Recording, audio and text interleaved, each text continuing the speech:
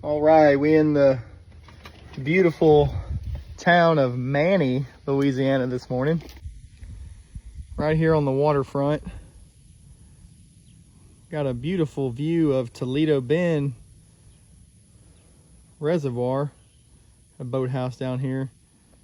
This is an Airbnb. And this is an American Standard Platinum. This is a inverter system, variable speed system. We didn't install it, but he called us out last year. Basically, system, since it was put in, had never cooled properly. It seemed like the air didn't blow. He had other companies come out and look at it. Nobody could figure it out. Then he gave us a call, and I actually came out here, and come to find out, on trains or on American Standards, especially the variable speed stuff, there's a wire on the board called the BK wire, and that wire is pretty crucial on a train or American Standard when you're dealing with a variable speed blower motor. Without it, it's not able to really modulate its speeds properly, and so he never was getting the capacity out of this thing. And I literally came out here, found it, hooked the wire up, and it's been a completely different system ever since. So we're just going to do a maintenance on it today. Got the probes so we can check everything out. He did want to make some changes to it. He said he wants the the blower to just blow on high speed all the time, and he wants the thermostat to stay lit up all the time. But I'm like, man, it sounds like you want a single stage system, but you have a very high-end variable speed system. So we're going to go through some of the settings and maybe try to dumb it down a little bit for him, since that's kind of what he wants. But ultimately, these type of systems aren't really designed to run that way. But we'll try to get it as close to just high airflow and constant speeds as we can in the settings without sacrificing the too much of the performance of the system. If you've never seen the inside of these things, that's what they look like. Ain't no contactor and capacitor in there.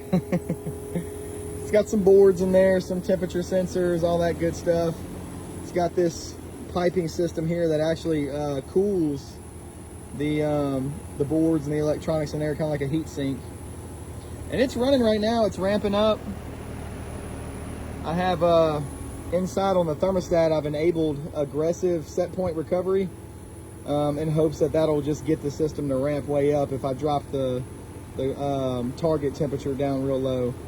So we're gonna check everything out. I'm probably gonna clean up some of these little dirt dauber nests in here, get that out of there, blow it out, check the charge on it, wash the coils up, flush drains. Just kind of make sure that we don't have nothing crazy going on. Came back in here to the thermostat, and it does have a display on it showing the compressor speed, so I know that I am running in high stage right now. Got the probe set up. These are the refrigerant pressures. We're running about a 11 degrees subcool right now, about a 17 degree superheat. Suction pressure, liquid pressure look pretty normal for the outdoor temperatures right now. So far so good. We looking all right. I do like train and American Standard equipment.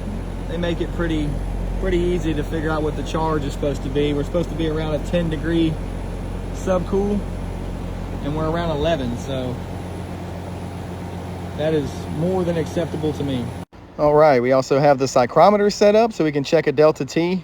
And of course, I am checking out the grills. That's where I normally check. So could be a little bit of heat gain as that air travels through the duct, but we're around 16 and a half, almost 17 degree delta T. So that's looking good too. Happy with that. So we are up here at the air handler. It's got this relay panel on it here so that you can basically convert legacy wiring to communicating.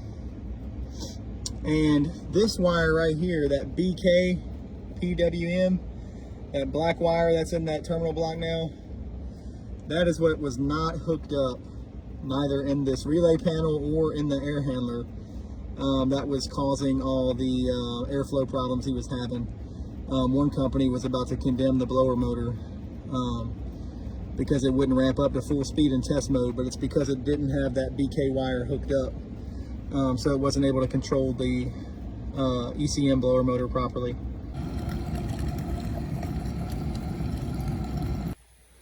This system is pretty clean.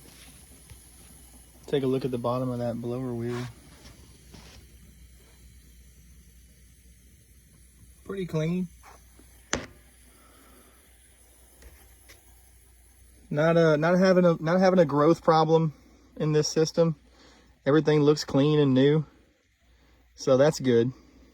It's pretty much all I do on a routine maintenance on the inside portion is flush the drains, visually inspect the system, the wiring, make sure there's not any burnt wires or anything that looks like heavy corrosion, make sure there's not excess condensation, make sure it's clean, check the amp draws of the blower motor, you know, test the heat, stuff like that. There's not too much going on the inside. We don't clean the coils or the blowers as part of a maintenance. That's an additional service. But we do, however, clean the condenser. So I got the top popped on it. I got the leaves out of there. We spraying down this coil with some coil cleaner, clean it from the inside out, get her nice and shiny.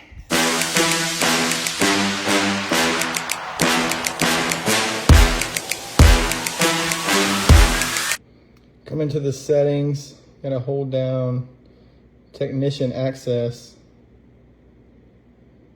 until it pops up. This is how you get into the actual settings on these higher end train systems. Install setup. Again, this is just some changes I'm making because he doesn't care about the unit trying to prioritize dehumidification. He just wants to have some higher airflow. So I'm trying to do all I can with this system that really relies on sensors. You know, it's not like a single stage unit that's just going to blow, you know, all 5 tons of air immediately or all the time. So this was one that I changed, that dehumidification. Go into the edit mode and it tells me what that setting actually is. So if I enable it, it says when it's enabled, it will reduce the variable speed's blower airflow by 30% during cooling. This happens anytime the relative humidity is higher than the relative humidity target. And of course, we know lower airflow does increase dehumidification, but he doesn't want that. So we got that off. That is, I think that's the only setting I've really changed, just because he complained more about, he doesn't like that low airflow. Yeah, so that's about it. We will get some more airflow. It won't reduce that airflow by 30%, you know, due to the humidity. It's just going to run at what its normal airspeed would be. So that should help him out in that regard. And that's another one in the bags. Little old routine maintenance. Thanks for tuning in.